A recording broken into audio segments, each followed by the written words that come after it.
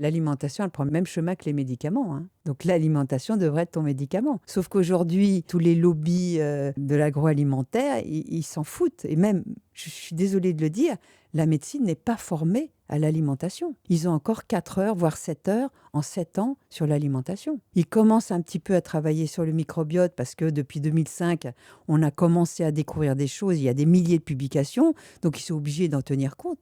Mais ils ne savent pas vraiment quoi faire.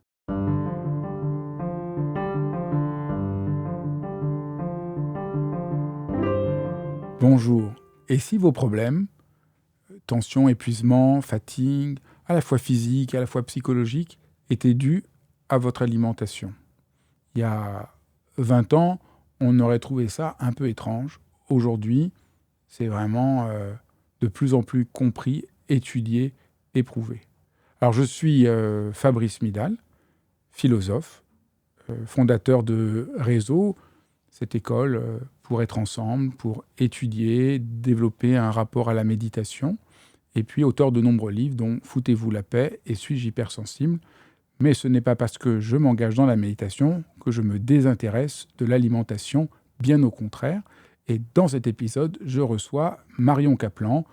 Peut-être vous connaissez Marion, elle est vraiment une des figures les plus lumineuses et engagées sur cette question de l'alimentation. Vous allez voir, c'est passionnant. Bonjour Marion. Bonjour Fabrice. Je suis vraiment tellement heureux de te recevoir parce que je suis un grand lecteur de ton travail qui m'aide depuis des années. Donc je suis vraiment content de pouvoir partager mon intérêt à tous ceux qui vont nous regarder et peut-être découvrir ton travail.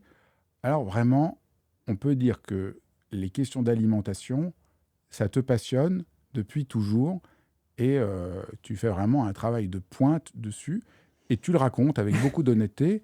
Tu travailles sur toutes ces questions de l'alimentation parce que toi-même, ça a commencé par toi. Toi-même, tu te sentais mal, tu ne comprenais pas pourquoi tu n'étais pas bien. Et après beaucoup de recherches, tu as compris qu'il y avait un lien entre ton malaise et l'alimentation. Et beaucoup de gens sous-estiment à quel point leurs problèmes de vie de tous les jours, leurs malaises, leurs problèmes psychologiques sont liés à l'alimentation. Est-ce que tu veux bien, pour commencer, raconter un peu ton propre chemin ? Oui, je vais te l'expliquer, mais je voulais aussi te remercier de m'inviter parce que j'adore ton travail et qui est en relation avec ce que je fais puisque on ne peut pas dissocier le corps de l'esprit. Ça, c'est clair. On est d'accord. Ça, c'est absolument Donc tu clair. peux très bien manger, mais si tu es hyper stressé et que tu as plein de problèmes dans ta famille, eh bien, ça n'ira quand même pas mieux. Il faut régler les deux choses. Et j'ai réglé les deux choses au fur et à mesure de ma vie. Et donc, c'est vrai que c'est à l'adolescence que les choses se compliquent avec les hormones et que j'avais pris du poids, j'avais des problèmes d'attention, aucune possibilité de mémorisation, incapable d'apprendre par cœur une poésie, par exemple. Et j'ai compris bien longtemps après, et c'est d'ailleurs on va dire, l'expression de mes livres et le dernier ouvrage Symbiotique, que j'ai compris que si ton intestin ne fonctionne pas bien, ce qui était mon cas depuis longtemps, hein, avec des problèmes de constipation, avec des ballonnements incroyables, des douleurs où je pouvais être pliée en deux après un verre de jus d'orange, même pressé maison, et je ne comprenais pas pourquoi. J'ai mis beaucoup de temps à le comprendre. Et donc, j'ai cheminé et je dirais l'avantage que je peux peut-être avoir, c'est que j'ai une bonne flexibilité de remise en question et qu'il y a des fois des choses que j'ai faites et je me suis trompée. Donc, j'ai été végétalienne pendant 3 ans et au bout de 3 ans, ça n'allait plus du tout.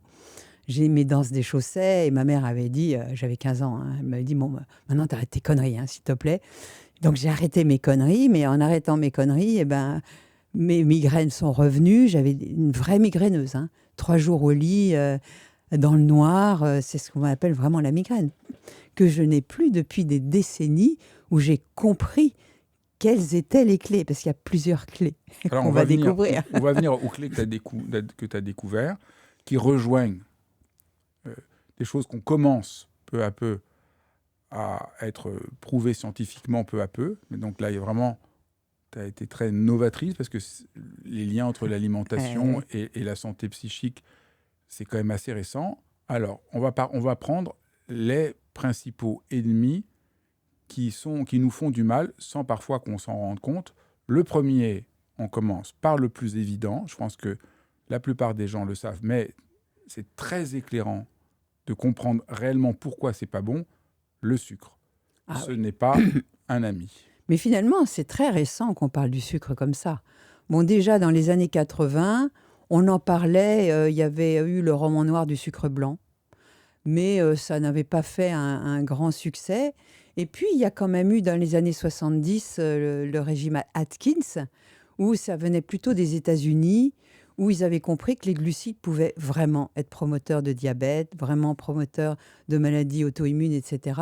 Et donc, ils ont compris que c'était intéressant de baisser les glucides. Je dirais que celle qui a le plus qui a créé l'alerte, et je suis contente que tu l'aies reçue chez toi, c'est Jessine Chospé avec sa révolution glucose. Parce que ce soit Atkins, Montignac, etc., ça a fait un effet de mode, Ducan, etc., mais c'est retombé. Alors que ces problèmes de glucides, ça ne retombera jamais. L'être humain n'est pas fait pour manger des glucides. C'est vrai que ce sont des macronutriments.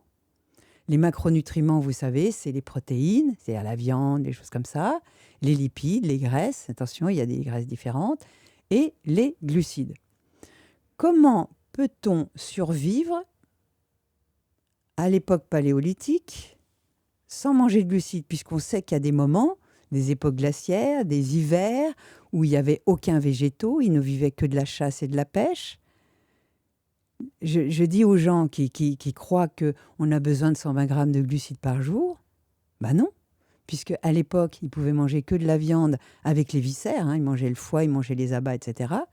Et ils pouvaient très très bien survivre parce que c'était très riche en micronutriments, le foie, les viscères, etc. Donc c'est pour vous faire comprendre qu'on nous a trompés.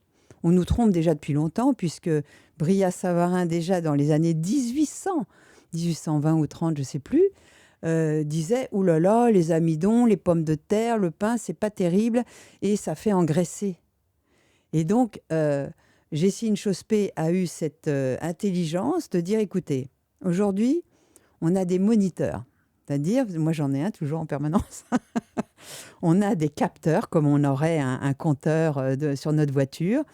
Comment tu sais que tu roules à 70 ou à 50 sur le périph', puisque vous allez avoir le périph' à 50 bientôt, si tu n'as pas un compteur? Tu es obligé d'avoir un compteur. Eh bien, comme le sucre, on ne le sent pas. On ne sent pas quand on fait un pic de glycémie. On peut le sentir quand on a un coup de barre après le repas. Ça, c'est un truc à savoir. Moi, je dormais après le repas de midi et quand je prenais des cours avec le professeur Castronovo, il me disait « Bon, Marion, tu dors encore ?» Bah oui, parce que j'avais mangé trop de glucides. Et maintenant que j'ai complètement mis les glucides, je dirais, dans leur zone de contrôle pour moi, on est tous différents, je dors plus après les repas, j'ai la pêche, j'ai plus besoin de faire de sieste. Donc, tu vois, Jessie a mis ça en exergue que les fibres, effectivement, permettent de ralentir l'arrivée du glucose dans le sang. OK ? Son histoire du vinaigre avec l'acide acétique, ça permet effectivement de créer un petit gel dans l'estomac qui va également ralentir la vidange de l'estomac et donc, on va dire, ralentir l'arrivée du glucose dans le sang. Mais ralentir, ça ne veut pas dire supprimer. Il y a des gens comme moi qui sont très sensibles au taux de glucides, à la quantité, et il faudra quand même faire attention à cette quantité de glucides. Qu'est-ce que ça fait? Donc, qu'est-ce que le fait de prendre du sucre fait sur notre santé? Alors quels sont les points principaux? Alors, il faut que tu saches que tu as besoin d'une cuillère à café de glucose dans le sang en permanence. Ça, c'est la vie, c'est l'homéostasie, c'est comme ça que ça marche. Tu as besoin d'une cuillère à café. Alors, cette cuillère à café, tu peux l'obtenir de tes aliments. Si tu manges des aliments, je dirais, index glycémique relativement bas, de la viande, du poisson, des graisses, tu l'as. Le problème, c'est que quand tu prends un jus d'orange, tu as 11 cuillères à café. Ça ne va plus. Donc, il y a l'insuline qui arrive à la rescousse. L'insuline, c'est une hormone qui est là pour veiller à ce que tu n'aies pas plus de ta cuillère à café dans le sucre circulant. Donc, qu'est-ce qu'elle va faire? Elle va stocker ce glucose dans tes cellules, d'accord? Mais si tes cellules sont pleines, elles ont tout leur glucose qu'il faut bien qu'elles le mettent ailleurs. Et elle va le stocker dans d'autres cellules qui sont les cellules graisseuses. D'accord? Donc ça, c'est grande révolution Je pense que maintenant c'est compris, mais ceux qui ne l'ont pas compris, c'est très important. Les cellules graisseuses ne sont pas dues aux graisses, mais au sucre. Ah oui. Ça, c'est vraiment... une fois qu'on comprend ça, déjà... Mais c'est de la survie, parce que quand on n'avait pas assez à manger, parce que l'être humain je dirais, est fabriqué pour manquer. Donc il y a des jours, il ne mangeait pas. Hein, et le jeune séquentiel, lui, il était habitué. Hein, des fois, il ne mangeait pas pendant 3 jours. Donc son corps, avec ses réserves de graisse, pouvait lui donner sous forme de corps cétonique, parce que le corps sait fabriquer du glucose à partir de corps cétonique. C'est génial, il sait nourrir ton cerveau, chasser si tu as besoin, avec ces corps cétoniques qu'il a utilisé des graisses. Donc avoir un peu de gras, c'est bien. Mais trop de gras, c'est pas bien. Donc voilà, donc le sucre se transforme en graisse. Le trop de sucre. Le trop de sucre se transforme en graisse. Ouais. Donc ça, c'est important. Mais ça a un effet très nocif sur notre santé, sur notre cœur. Voilà, mais il y a 2 types de sucre. Dans ta cuillère à café de sucre, il y a 50% de glucose et 50% de fructose. Le fructose, c'est ça qui donne le goût sucré.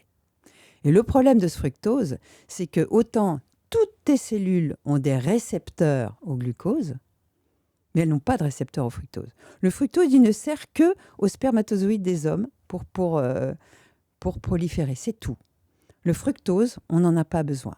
Et ça fait des dégâts? Alors, ça va faire de la graisse viscérale. Et celle-là, elle est dangereuse. Parce que c'est celle-là qui va créer des problèmes cardiovasculaires, des problèmes d'hypertension, des problèmes de NASH, c'est des problèmes de foie gras. Quand il y a trop de fructose et trop de glycémie, justement, il va y avoir des syndromes des ovaires polykystiques, ça fait des kystes. Et bien sûr, s'il y a trop de glucose qui circule dans le sang, parce que le foie est saturé, etc., et ça fonctionne mal, eh bien, ça va... Comme le sucre va se glyquer, va se former avec des protéines, on appelle ça la glycation, ça fait du caramel. Mais ça ne se fait pas tout de suite. Et le caramel, ça fait des AVC, ça fait justement tous les syndromes des diabétiques. On va te couper un pied parce que ta microcirculation ne fonctionne pas, tu vas avoir des AVC, tu vas avoir les artères qui vont se boucher. Enfin, c'est toutes ces maladies aujourd'hui qu'on pourrait éviter, hein, franchement. Donc la plupart des maladies, voilà, les risques d'AVC, les risques cardiaques, ça, peuvent se faire par l'assiette. Sont dus en partie au sucre. Ouais. Et tu sais, l'alimentation, elle prend même chemin que les médicaments. Hein. Donc l'alimentation devrait être ton médicament. Sauf qu'aujourd'hui, entre l'agroalimentaire, tous les lobbies de l'agroalimentaire, ils s'en foutent. Et même, je suis désolée de le dire, la médecine n'est pas formée à l'alimentation. Ils ont encore 4 heures, voire 7 heures en 7 ans sur l'alimentation. Ils commencent un petit peu à travailler sur le microbiote parce que depuis 2005, on a commencé à découvrir des choses. Il y a des milliers de publications, donc ils sont obligés d'en tenir compte. Mais ils ne savent pas vraiment quoi faire. Et bon, on ne va pas parler du cancer, mais vous savez que le cancer, les PET scans, on vous fait circuler du glucose dans le sang, du sucre, et on regarde ce qui se passe au niveau des cellules cancéreuses. Et alors ? Les cellules cancéreuses se nourrissent de sucre. Et ça, c'est tout un travail du docteur Laurent Schwartz et d'autres médecins américains sur le cancer. Et alors, tu expliques aussi sur le sucre qu'il y a différents types de sucre. Le pire, c'est le sucre liquide. Le sucre liquide, tu parles aussi. Ah bah oui, alors là, les boissons sucrées, même bio, hein, ça n'existait pas. Dans le cerveau du paléolithique, le liquide, c'est de l'eau. Ou du lait quand tu es bébé. Mais le liquide, le fruit liquide n'existe pas dans la nature. C'est l'homme qui a inventé ça. Les sirops, c'est une catastrophe. Les sodas. Tous les sodas, même bio, tous les jus de fruits, même bio, c'est une catastrophe parce que le fruit, il a le sucre, mais il a aussi l'antidote avec lui. Et cet antidote, ce sont les fibres. Et ces fibres, elles permettent justement de ralentir la rentrée du sucre dans le sang. Mais si tu n'as pas les fibres, il rentre direct. Et surtout, comme c'est bourré de fructose, il va direct sur le foie qui dit « Ouh là là, moi, c'est un toxique pour moi, il faut vite que je m'en occupe ». Et ils font un nouveau gras qu'on appelle la lipogénèse de novo. C'est peut-être un peu compliqué, mais c'est là où tu vas avoir du foie gras et de la graisse viscérale. Donc, conseil très simple, Pas de jus de fruits. supprimer le jus d'orange le matin. Ah oui, On vous a raconté que c'était plein de vitamines. C'est absolument. absolument faux. Absolument. Et tu sais, si tu as des capteurs de glucose, ce qui est mon cas, moi, je vérifie tout. Et je me suis amusée, je vais souvent à Paris pour des interviews comme toi. Et je me suis dit, qu'est-ce que je vais manger? Et j'avais mangé japonais. Donc, j'avais mangé la soupe miso, la salade de choux, le saumon avec le gingembre qui est dans le lacto-fermenté ou je sais pas quoi. Et qu'est-ce que je vois? Je vois mon capteur qui monte à 190, 195. Je me dis, quand est-ce qu'il va s'arrêter? Au secours! La salade de choux, alors après j'ai vérifié, hein, elle est bourrée de sucre. Le gingembre, il est bourré de sucre. La soupe miso, je ne crois pas qu'il y ait de sucre dedans, mais bon, tu te rends compte? Donc moi, comme je suis très très sensible... Et ce qui est terrible avec le sucre, c'est pour ça que c'est bien que tu donnes cet exemple, bah, c'est que le sucre, on ne le voit pas. On le voit pas. On voit bien le soda, ouais. On voit bien si je mets du sucre dans mon café, mais je ne vois pas c'est ça. Le sucre qui est caché partout dans la plupart des dans aliments. L'industrie. Tous les aliments industriels sont bourrés de sucre. Tout à fait. Même dans les cornichons, il y en a. Tu es obligé, même dans les bio. La moutarde, moi j'ai regardé, je cherche de la moutarde sans sucre, c'est pas si évident. Si, il y en a dans les bio. Il y en a, mais moi, je conseille de manger des moutardes bio. Hein. Oui, là, mais sinon, il faut faire attention parce qu'on oui. achète bêtement de la moutarde. Moi, j'étais absolument ahuri. Je pensais qu'il n'y avait quand même pas de dans les cornichons, dans la moutarde, il y a du sucre. C'est ça. Et dans les cornichons, il y en a. Même dans le bio, effort, ils font des petits pâtés, des rillettes de machin. Ils te foutent des glucides. Donc, il faut vraiment faire attention. Si on veut manger sans glucides, ça demande pas d'aliments transformés. On fait la cuisine à la maison. Deuxième grand axe, alors là, c'est complètement surprenant, c'est les lectines. Alors là, les lectines, c'est absolument renversant. Là, vous n'allez pas en revenir. Les légumes, on dit voilà, les légumes, c'est bon pour la santé. Eh bien, ça dépend lesquels. Alors, je suis très heureuse de savoir que tu as publié Stephen Gundry, qui est un cardiologue américain, que je suis. D'ailleurs, tu devrais publier ses autres livres parce qu'il a Keto Code, il a sorti d'autres livres qui sont très, très bien. Et c'est lui qui a vraiment parlé de ce paradoxe des plantes. Voilà, c'est le livre qui s'appelle Le paradoxe des plantes. C'est vraiment génial. Stupéfiant. Génial. J'étais une des premières à en parler dans ma newsletter, je te signale. Ça, c'est bien. C'est absolument stupéfiant. Ouais. Les plantes, naturellement... elles ne peuvent pas courir, elles ne peuvent pas s'échapper. Donc, elles développent, certaines plantes développent des poisons pour éviter qu'on les mange, pour assurer leur survie. Et donc, nous mangeons certaines plantes qui ne sont pas si bonnes pour la santé. Absolument. J'ai bien résumé. Absolument. Et ces antinutriments, comme on les appelle, qui sont dans toutes les céréales, avec ou sans gluten, d'accord, j'insiste, les céréales ne sont venues dans l'humanité qu'il y a 10-12 000 ans. Avant, elles n'existaient pas. Comment a-t-on fait pour survivre pendant des millions d'années, je me demande. Et les céréales, avec cette chose très pratique, c'est qu'elles pouvaient nourrir les guerriers, puisqu'après, l'être humain, tu sais, aime bien conquérir des espaces et des territoires, et ont pu nourrir les esclaves. L'esclavagisme est venu, et les guerres sont venues avec la culture des céréales, parce qu'on peut les transporter et on peut les garder. Donc ça, c'est le côté pratique des céréales. Alors, l'être humain étant très inventif, il a trouvé des moyens pour atténuer la toxicité de ces céréales. Parce que les céréales, vous savez, elles ne peuvent pas courir. Hein, si vous les attaquez, elles ne peuvent pas comme nous fuir ou combattre. Et elles sont restées attachées à leur terre. Et donc, dans l'enveloppe des céréales, par exemple comme le blé, eh bien, il y a des lectines qui sont donc ces antinutriments que quand la bestiole va le manger, elle aura du mal à attaquer l'enveloppe, justement, et ça va arriver dans l'intestin direct sans avoir été phagocyté. D'ailleurs, vous pourriez le faire, manger un grain de blé ou deux, ou peut-être plus, pour que vous le voyez bien dans vos fesses, eh bien, vous verrez que le grain de blé, il est ressorti pareil que quand il est rentré. Hein. Impossible d'être attaqué par vos enzymes digestives. Donc, ça ne se digère pas. Ça se digère pas. Donc, la question du blé n'est pas tant la question du gluten, parce que voilà, aujourd'hui, on parle beaucoup de l'intolérance au gluten. Il y a quelques personnes qui sont intolérantes au gluten, mais tous les êtres humains ont du mal à digérer C'est les même pas céréales. digérer, c'est absorber. Parce que digérer, il y a des gens qui digèrent. Mais moi, je dis qu'il y a une différence entre je digère ou je tolère. C'est pas parce que tu le digères que tu le tolères. Et il y a une capacité d'absorption, parce que ce qui compte, c'est d'absorber. Et tu absorbes dans l'intestin grêle. Et le problème de ce fameux blé, d'abord, c'est qu'il a du glyphosate.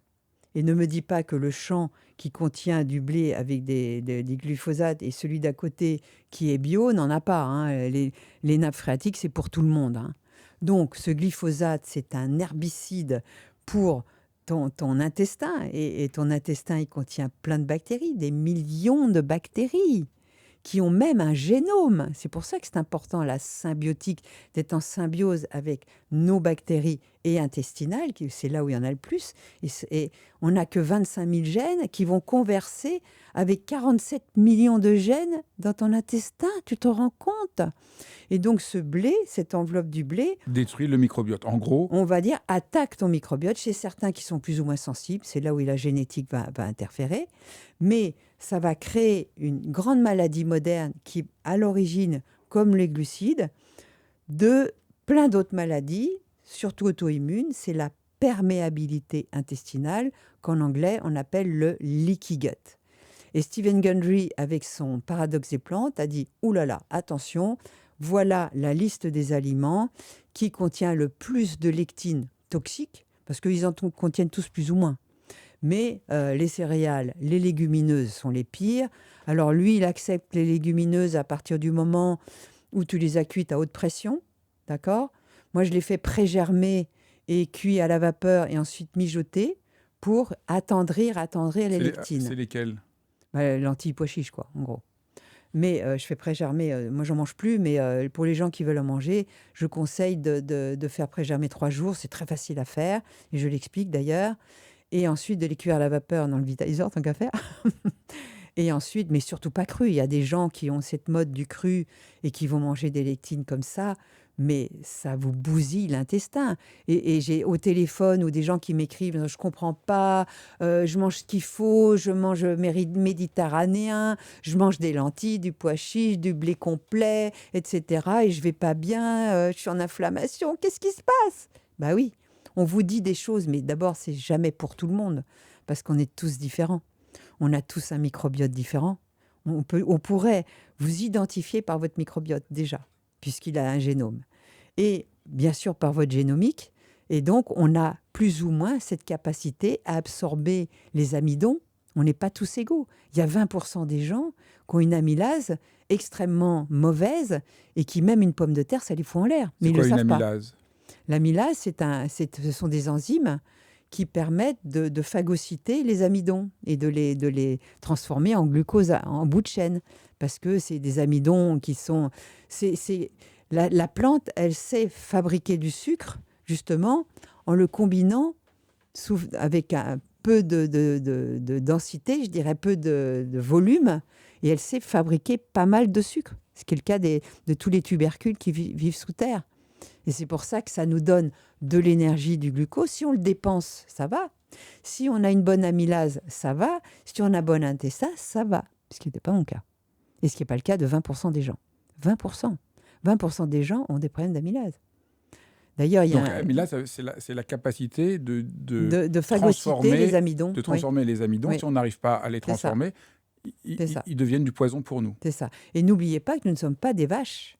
Nous n'avons pas une enzyme qui s'appelle la cellulase. D'accord? Et la cellulase, elle permet de dégrader la cellulose. Les vaches ont plusieurs estomacs avec des bactéries différentes qui permettent de convertir toute cette cellulose grâce aux bactéries, en graisse, en protéines. Et d'ailleurs, comme tu le vois, les animaux véganes comme les éléphants, les vaches, ils sont gros, hein? Ils sont gros, hein? Donc les végétaux, ça ne fait pas que maigrir. Donc il faut un certain nombre de bactéries pour les assimiler. Et tant qu'à faire qu'ils ne contiennent pas trop de lectines, parce que des lectines, tu en as également dans la peau des amandes. Tu vois? Donc les gens qui se bourrent d'amandes avec la peau, si votre intestin, vous avez tendance à ballonner, à être constipé ou à avoir de la diarrhée, ou avoir des syndromes d'ovaires polykystiques, etc., faites gaffe aux lectines. Vraiment. vraiment. Alors, pommes de terre, tomates, pépins Donc, et peaux de donc, tomates, tous les tous les solanacées. légumes, comment tu dis? Les solanacées. Les- voilà, tous les légumes ou les fruits qui ont des petits pépins, Ah ouais, il faut les ça, enlever, absolument. c'est ça les lectines. Donc, Ouais. tomates, courgettes, concombres. Là, c'est un Voilà, choc les de dingue. courgettes, on enlève la peau et les pépins, ça va. Les courgettes, c'est pas les pires. Les pires, c'est la pomme de terre, c'est les tomates, les poivrons, les aubergines. Ça, c'est le quadrio. Mais on peut les supporter en enlevant les pépins, en enlevant la peau. Mais il y a beaucoup de gens qui ne digèrent pas les poivrons. Beaucoup de gens qui ne digèrent pas les tomates. Ben, on leur fait comprendre que c'est les lectines qui bousillent leur intestin. Vous ne les mangez pas, puis c'est tout. Vous trouverez des caroténoïdes dans les carottes, dans d'autres légumes. Alors, peut-être on peut commencer à dire, il y a des légumes qui sont formidables pour l'être humain. Ah oui, mais tous les légumes verts déjà. Donc, Tous les légumes verts. Tous les choux. donc les choux, c'est C'est un génial. miracle. Brocoli, Il faut absolument dire. chou-fleur. Attention aux chouquelles, parce que les lectines sont souvent dans les feuilles. Mais donc, le chou, le, le, Toutes les salades, même les poireaux, les oignons, l'ail, ça c'est génial. Bon, pour ce qui concerne les graines, ce que contiennent le moins, c'est les graines de lin, les noix de macadamia. Noix d'Amazonie, il n'y en a pas trop non plus. En revanche, il y en a plein dans les graines de chia. Alors les gens qui mangent des graines de chia, qui se disent je me fais du bien grâce aux oméga 3, c'est bourré de lectine. Mais tout ça, ils le trouvent dans ton livre que tu as publié c'est clair. Et et maintenant, que je dans conseille le aux gens tien. de lire parce qu'il est génial. Et dans le Ces tien. légumes qui nous empoisonnent. Alors, le troisième axe, les produits laitiers. Alors, je vais faire un bémol sur les produits laitiers. Le bémol, c'est que si vous prenez du lait sous forme de lait, que vous êtes adulte, ça, non. Que ça soit du vache, brebis ou chèvre, évitez le lait sous forme de lait.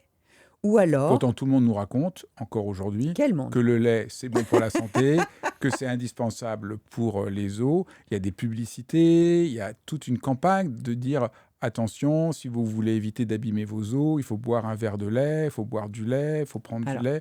Il y a eu des publicités subventionnées par le gouvernement pour dire à tout le monde buvez votre verre de lait.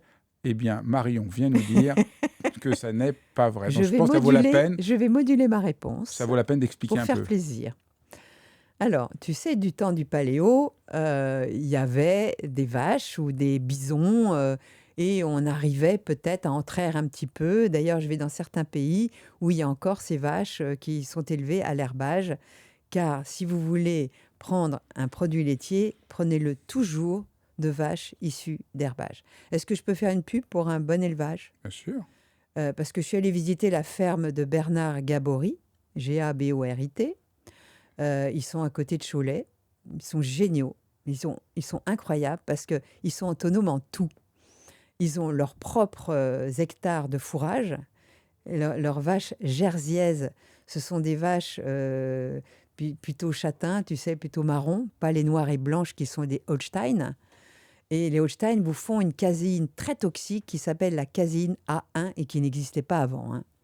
La seule caséine que vous pouvez prendre qui ne va pas être trop irritante pour vous, c'est la caséine A2, qui est la caséine des laits de chèvre et de brebis, mais aussi des vaches jersiaises. Et donc, quand on a des vaches issues de ces herbages qui mangent du foin, ce foin est séché avec des grands ventilateurs, comme ça, il n'y a pas d'alpha-toxine et des choses comme ça. Et qu'ils prennent ce lait, ils en font des fromages formidables. On en trouve dans pas mal de magasins de diététique. Ils ont un beurre génial qui contient des oméga 3, de la vitamine A, d'acide butyrique qui est très bon en acide gras à courte chaîne pour votre intestin. Leur beurre est formidable. Mais c'est un beurre au lait cru qui n'est pas pasteurisé, car il y a des enzymes très importantes dans ces laits. Donc, si vous voulez consommer du lait, je ne vous conseille pas de consommer quand vous êtes adulte du lait sous forme de lait, mais de le faire fermenter. Quand tu achètes du lait du commerce, déjà c'est caséine A1 pro-irritant, d'accord, issu d'élevage intensif au soja, au maïs, à toutes ces cochonneries, et des lectines, tu en trouves dans le lait, nous dit Stephen Gundry, d'accord, parce que tu manges ce que le poulet mange et ce que la vache mange. Hein, faut pas l'oublier. Donc, si tu manges de la viande rouge, on a tiré à boulet rouge sur la viande rouge. Moi, je mange de la viande rouge, mais issue d'élevage à l'herbage. Et j'en ai trouvé un chez un jeune. Je peux me faire de la pub aussi ou pas? Bien sûr. Oh, c'est génial, on peut faire de la pub chez toi. Je n'ai aucun conflit d'intérêt, je le dis tout de suite. Il a sorti une ligne qui s'appelle Féroce Food, Féroce, Feroce, et il a sélectionné des élevages artisanaux à l'herbage qui sont abattus dans de bonnes conditions, qui sont heureux toute leur vie, et il a mélangé dedans, dans un steak haché, du foie, du cœur, etc., qui sont très très riches en nutriments.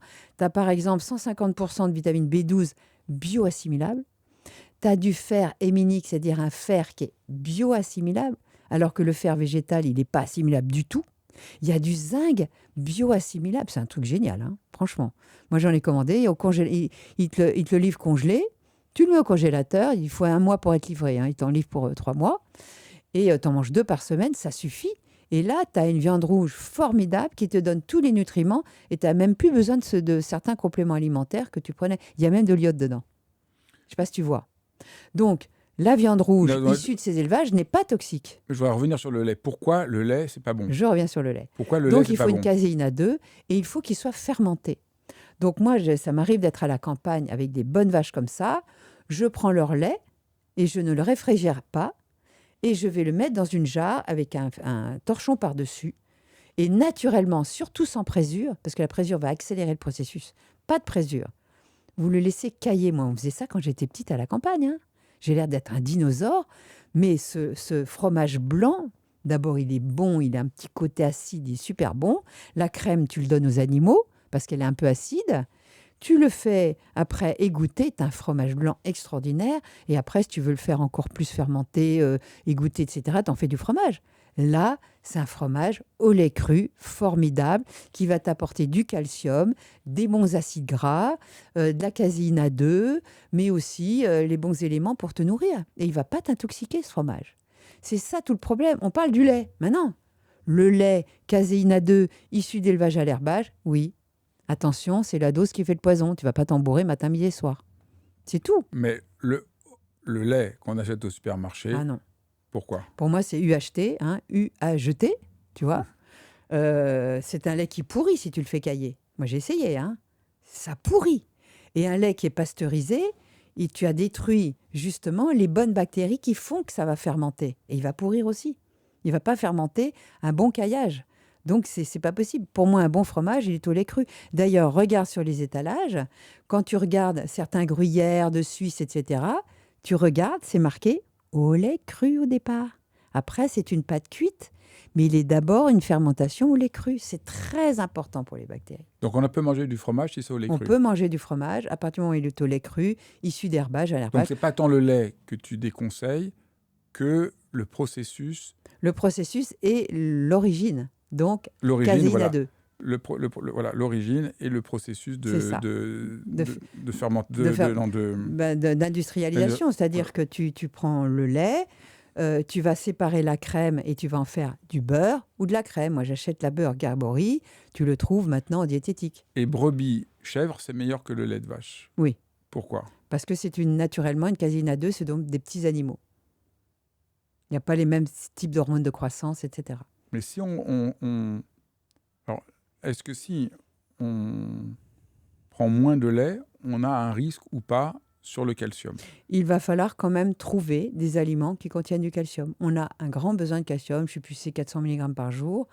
Donc, il faut prendre vos tablettes. Alors, c'est vrai qu'il y en a pas mal dans le sésame, dans la purée de sésame, mais il y a aussi des lectines. Donc, il faut voir avec vous, combiner comment vous pouvez équilibrer ça. Troisième axe, les contaminants alimentaires et les additifs chimiques. Alors, tout le monde le sait. À partir du moment où vous mettez une étiquette, Nutri-Score ou pas, moi je regarde même pas ça, je trouve ça tellement débile. Je suis désolée de le dire, hein. Mais dès qu'un aliment a une étiquette, ça n'est plus un aliment, c'est un produit. Eh oui, c'est un produit. C'est-à-dire qu'on a inventé, ce sont des aliments inventés par l'homme, ça n'existe plus.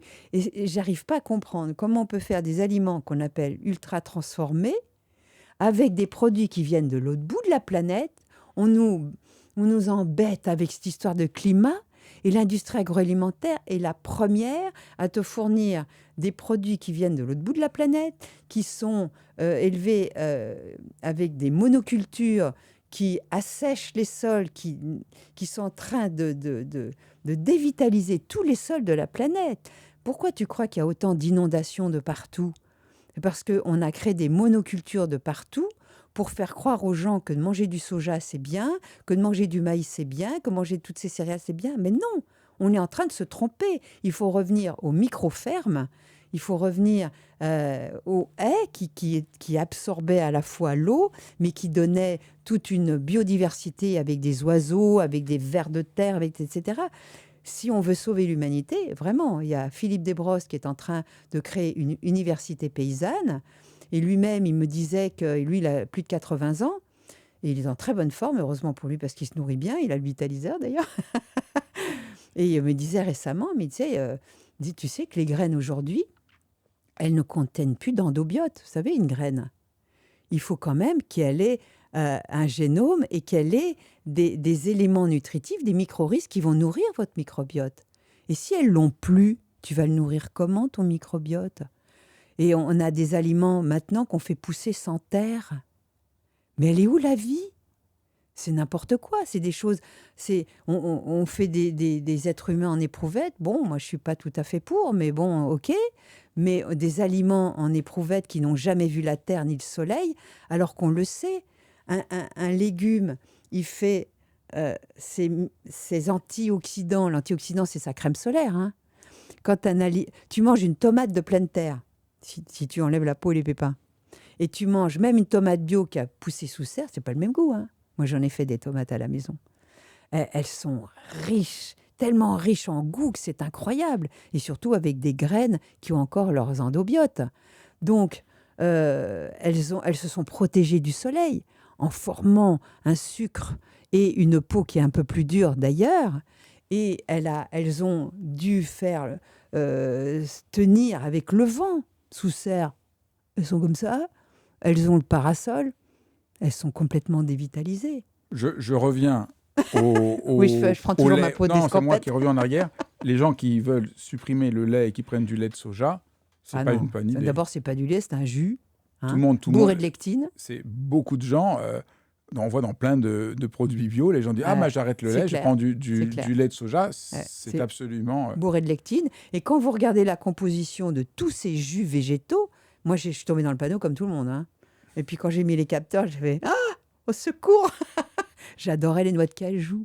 Les noix de cajou, elles sont bourrées de lectine et en plus elles sont très sucrées. Aïe, aïe, aïe, aïe, aïe. Bref, donc tu as des jus de soja, d'amande, il faut du sucre dedans, de la maltodextrine qui est plus sucrée que le sucre. Donc le lait d'amande, c'est pas bon non plus. Non. Est-ce qu'il y a un lait qu'on peut prendre à la place du lait? Si tu veux faire un lait d'amande, tu prends la purée d'amandes blanches qui n'ont pas la peau, puisque là, il y a beaucoup de lectine dans la peau, et tu le mélanges avec de l'eau un peu tiède. Et si tu veux sucrer, alors j'ai découvert un sucre, mais on ne le trouve pas en France. Je peux en parler quand même? Bien sûr. Hein? Parce que moi, j'aime le goût sucré. Je suis une ancienne addict au sucre. Moi, j'étais au concentré sucré comme ça quand j'étais petite. Hein. J'en ai payé les conséquences, mais j'adorais ça. Et j'ai trouvé un sucre génial. Et j'ai tout étudié, toutes les études américaines, puisque c'est interdit en Europe. Mais on peut l'avoir. On peut l'avoir par un site. J'ai pas de conflit d'intérêt non plus. Il est 12 fois plus cher que le sucre, mais on s'en fout, on n'en mange pas beaucoup. On le trouve sur le site IHERB, parce que sinon les gens vont te le demander. IHERB.com. Ça s'appelle allulose. A-2-L-U-L-O-S-E. Alors, c'est un truc génial qui ne fait monter ni l'insuline, ni le glucose. Et en plus, ça fait baisser ton acide urique, nous dit le grand professeur Ben Bikman, qui est un grand professeur de biologie américain, que je suis, dès qu'il a un truc qui sort, je l'écoute. Il est génial, ce mec.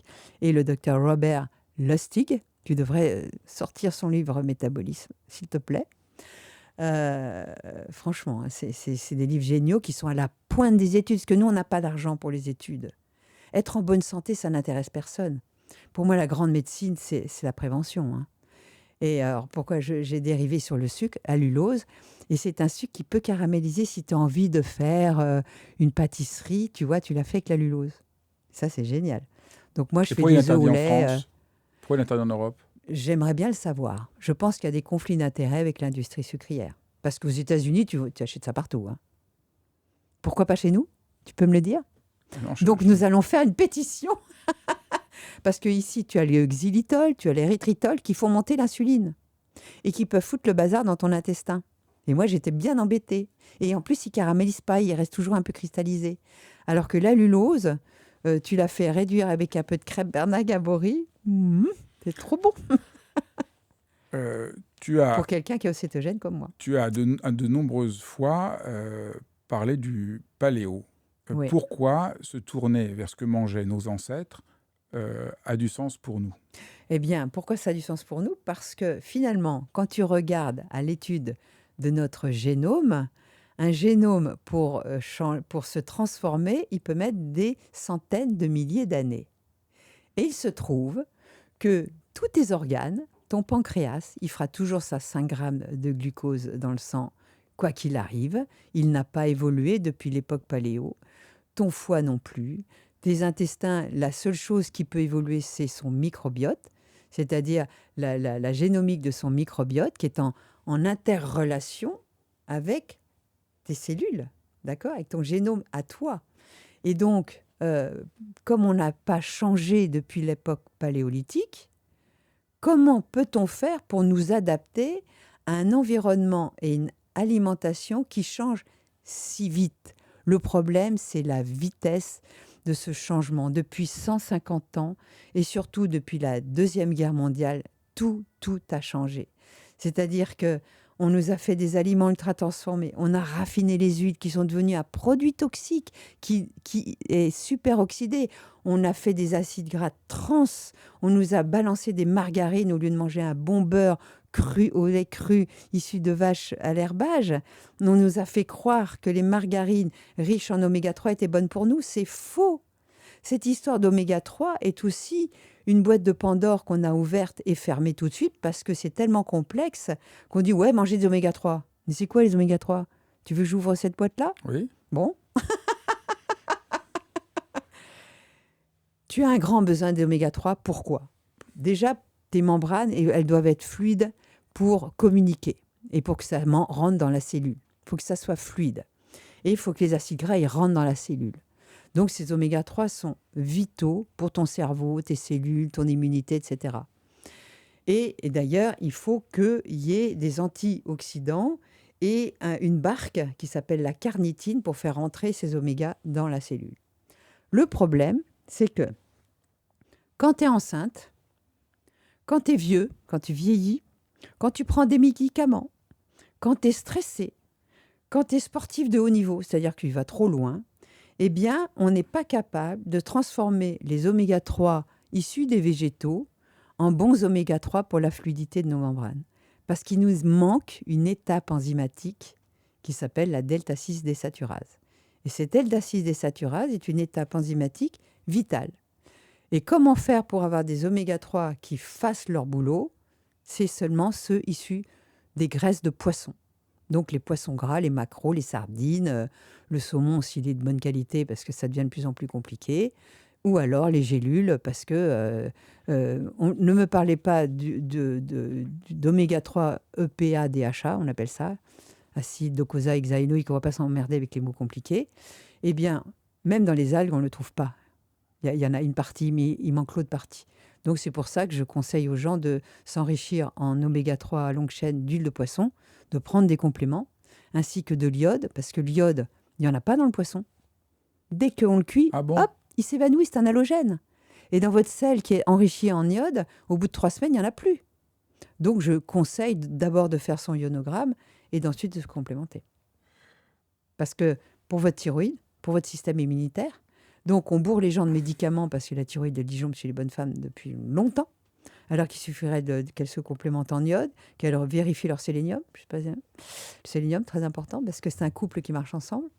Et à ce moment-là, la thyroïde, elle se remet à fonctionner bien à partir du moment où l'intestin est fonctionnel.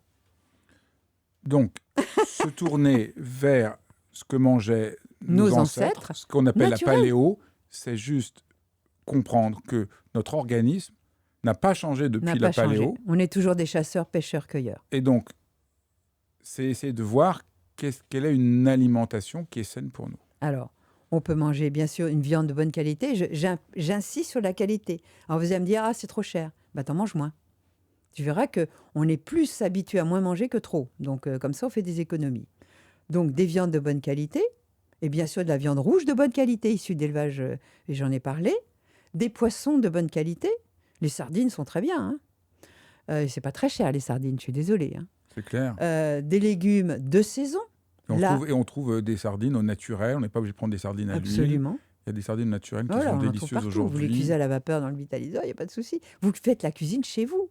L'hiver, vous faites des bons pot-au-feu. Le bouillon est bourré de collagène. C'est formidable. Les poules au pot. Tous ces plats ancestraux qui étaient géniaux, des daubes, des choses comme ça, pourquoi on n'en fait plus? Alors qu'il suffit de le faire le dimanche et vous en faites une grosse marmite. Ensuite, pour faire le bouillon, vous enlevez les légumes qui ont servi au bouillon et vous faites réduire. Vous avez un bouillon d'os, j'ai donné la recette dans mon bouquin, et vous faites réduire, vous mettez au congélateur, vous en sortez quand vous voulez. Pourquoi pas, tu vois? Et c'est bon l'hiver, hein. Une bonne choucroute. Moi, j'adore la choucroute. Et il y avait un restaurant à Paris, je ne sais plus comment il s'appelle, qui avait fait la choucroute de poisson. C'est génial. La choucroute, c'est lacto-fermenté. Il y a plein de bonnes bactéries. Vous mettez un poisson, un petit beurre blanc fait maison. C'est délicieux. C'est bien que tu dis ça parce que On fait la cuisine à la maison. on pourrait croire que tu es austère, mais Non, les gens qui connaissent je suis ton hyper travail, gourmande. qui connaissent tes livres, ta manière de faire tais recettes, c'est incroyablement gourmand. Ah ouais. Parce que comme ça, de l'extérieur, on dit « Oh là là, si je renonçais à ça, j'ai plus aucun plaisir. » Mais alors, je ne sais pas comment ça s'est mis en place chez toi de réussir à changer d'alimentation, donc enlever tout ce qui t'empoisonnait, puis avec des recherches qui empoisonnent la plupart d'entre nous, mais de montrer qu'on peut... Mais moi, dans ton livre, il y a même comment faire des glaces. Oui, Des j'adore glaces. les glaces. Et donc là, Et maintenant, avec la lulose, c'est génial. Hein. donc c'est vraiment important ton livre explique donc tous ces poisons, quelles sont les actions les plus simples à mener. Mais alors, comment ça t'est venu, Mais tu sais, ce goût pour faire à manger? bon, j'ai toujours été gourmande. Chez mon arrière-grand-mère, il y a des cuisinières. J'étais fourrée dans la cuisine tout le temps. J'adorais ça. J'étais hyper gourmande. D'ailleurs, on m'appelait Madame la Lune tellement je mangeais bien. Hein. Et tu sais, tu as un curseur, une balance. Plaisir, souffrance. Si la souffrance que tu as après le plaisir est plus forte que le plaisir, est-ce que le plaisir, c'est quoi? C'est 10 secondes dans la bouche. Allez, 15 si tu mastiques bien. 20, on ne va pas compter quand on mastique. Moi, je dis mastiquer, parce que c'est une première digestion. Hein. Mastiquer pour faire de la bouillie bébé et vous avalez. Bon. Mais quand tu as avalé et que le lendemain, tu es fatigué, ou quelques heures après, tu as mal au bide, ou tu vas être constipé, ou tu vas avoir des boutons sur la tronche, ou tu vas être dépressive, parce que j'étais dépressive, et je ne comprenais pas, parce que ma mère buvait du café au lait le matin, et je ne comprenais pas pourquoi, après le café au lait, j'étais fatiguée. Tu sais, je le sucrais, évidemment. Et j'avais des idées noires qui me venaient dans la tête. Et un jour, j'ai compris que c'était ce que je mangeais. C'était le café au lait. Parce que quand j'étais petite, je n'aimais pas manger le matin. Je ne mangeais pas. Je partais à l'école comme ça. Hein. Je n'aimais pas manger le matin. Et donc, j'ai compris que l'alimentation pouvait être un curseur de souffrance. OK, le plaisir. Quand j'étais au lycée, la boulangère était très intelligente. Elle balançait toutes les bonnes odeurs de son pain au chocolat chaud qui sortait. Et bien sûr, je mangeais le pain au chocolat. Et puis, j'ai grossi. Puis, j'étais dépressive. J'étais une vieille fille à 16 ans. Je n'étais pas bien. C'est pour ça que j'ai commencé à chercher à 15 ans. J'ai commencé à être végane. Et puis, au début, c'était bien parce que j'avais jeûné, je me sentais bien. Mais après, j'ai recommencé à prendre du poids. Je ne comprenais pas pourquoi. Pourtant, je mangeais le Graal.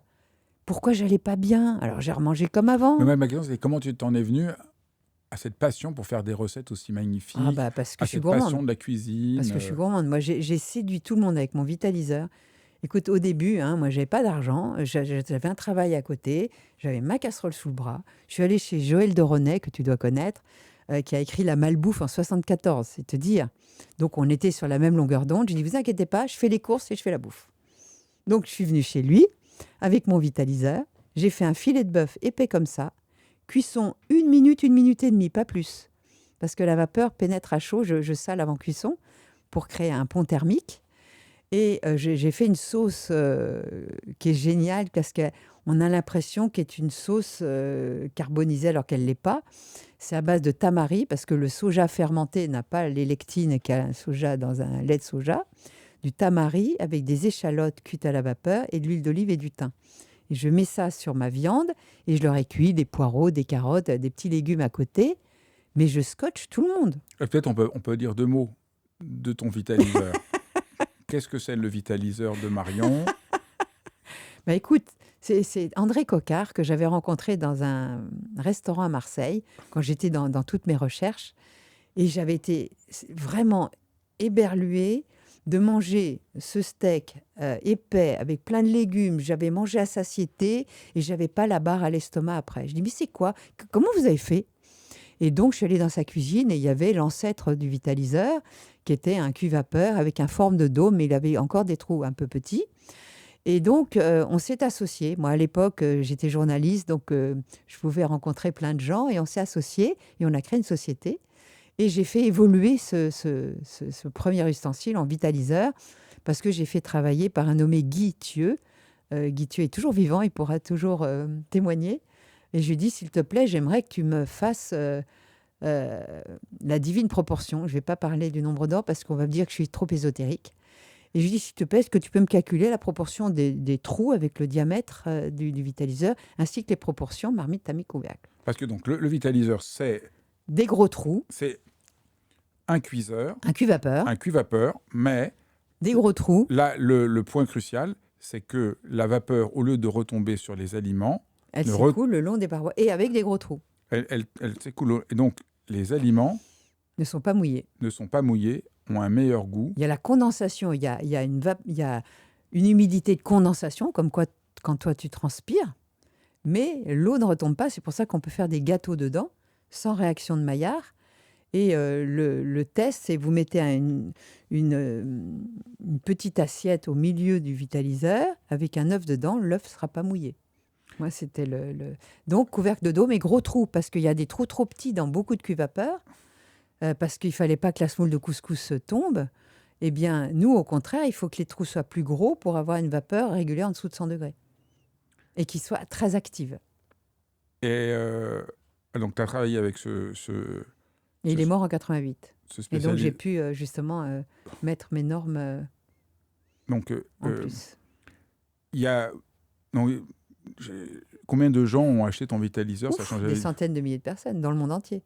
On en livre partout, dans le Canada, aux États-Unis. Alors, il y a beaucoup de copies. Quelle est la différence entre l'original et la copie? Ce n'est pas des copies, parce que soit ils ont des trous trop petits, donc ça ne va pas.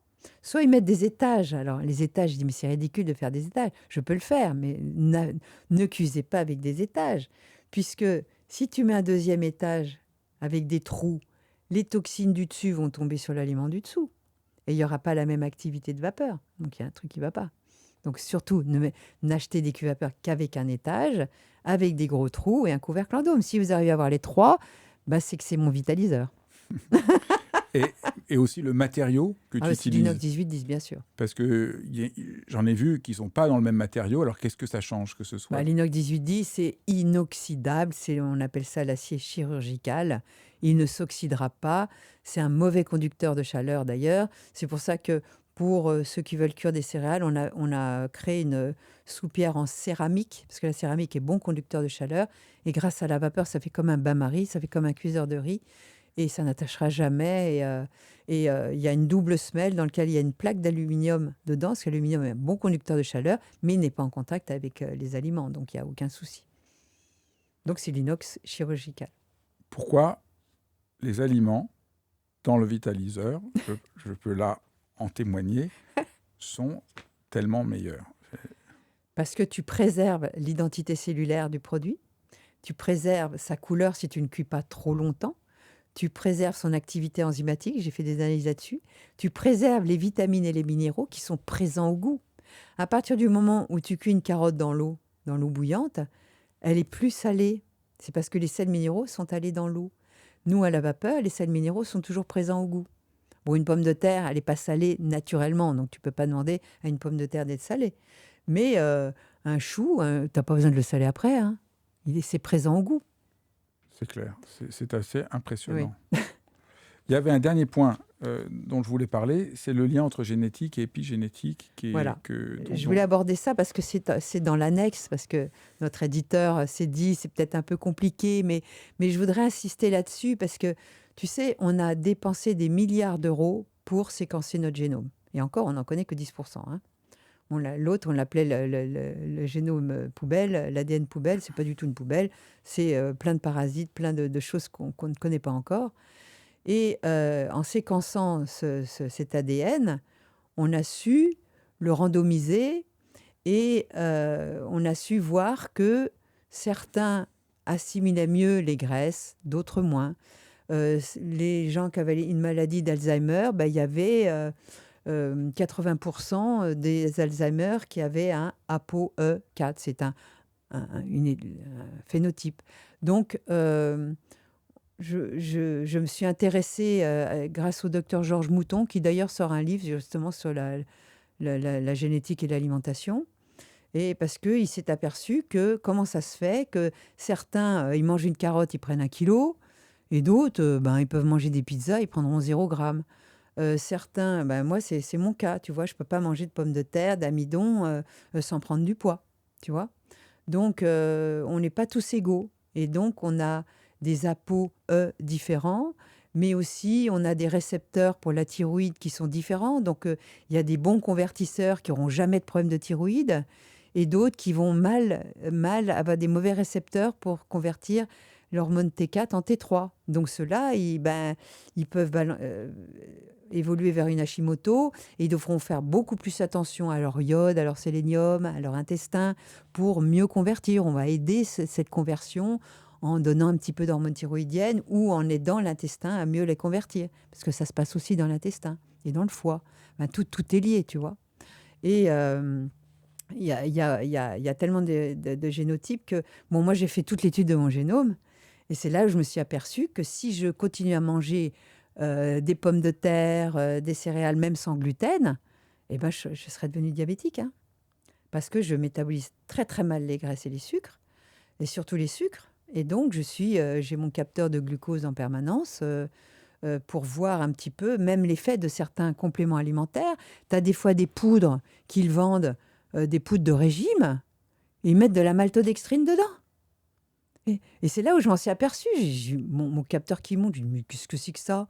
C'est des poudres hyper protéinées, ça fait monter mon glucose. Pourquoi? Et c'est là où tu regardes la constitution et tu t'aperçois que dans les ingrédients, il y a des trucs qui ne vont pas, ainsi que dans les compléments alimentaires.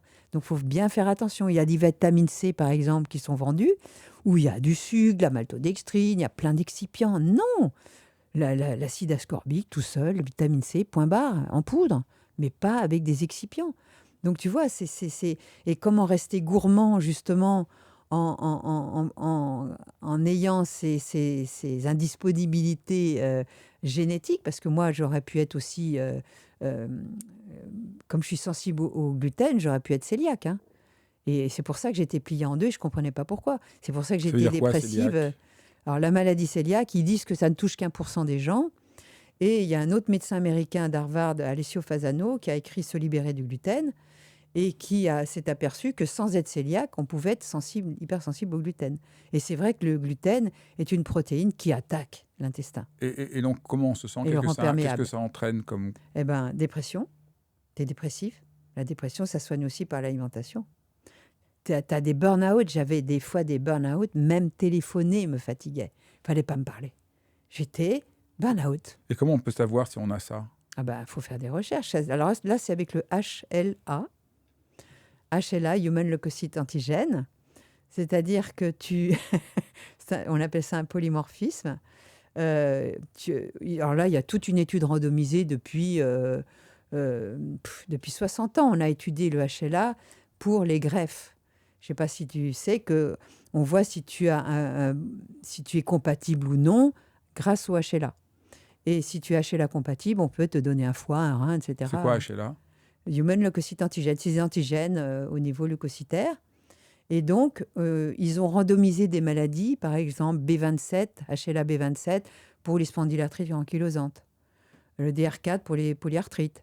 Et pour le cœliaque, c'est le DQ2 et DQ8. Il y en a d'autres, mais c'est les plus étudiés pour voir si tu as le HLA DQ2, DQ8 donc, qui sort. Bah, tu sais que le gluten chez toi, tu prends juste de gros... comment on disait Pierre Rabhi disait plutôt de dire bon appétit, on devrait dire bonne chance, quoi, parce que il y a vraiment des aliments qui t'empoisonnent, c'est vrai, c'est vrai. Bah, écoute, merci infiniment. Merci pour ton travail qui est Oh, puis c'est vraiment, pas fini. très complet et je recommande à tout le monde de se plonger dans ton livre Symbiotique. Je te remercie beaucoup. Merci beaucoup, Merci Marion. Fabrice. Merci d'avoir suivi cet épisode de Dialogue.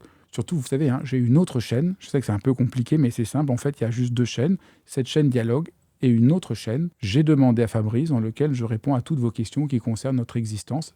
Allez voir, allez y jeter un coup d'œil. N'hésitez pas aussi à vous abonner. Vous pouvez vous abonner aux 2 chaînes. Voilà, je vous dis à très vite. J'ai hâte de vous retrouver. N'hésitez pas à me faire part de vos questions et de vos commentaires. J'ai toujours beaucoup de plaisir à les lire.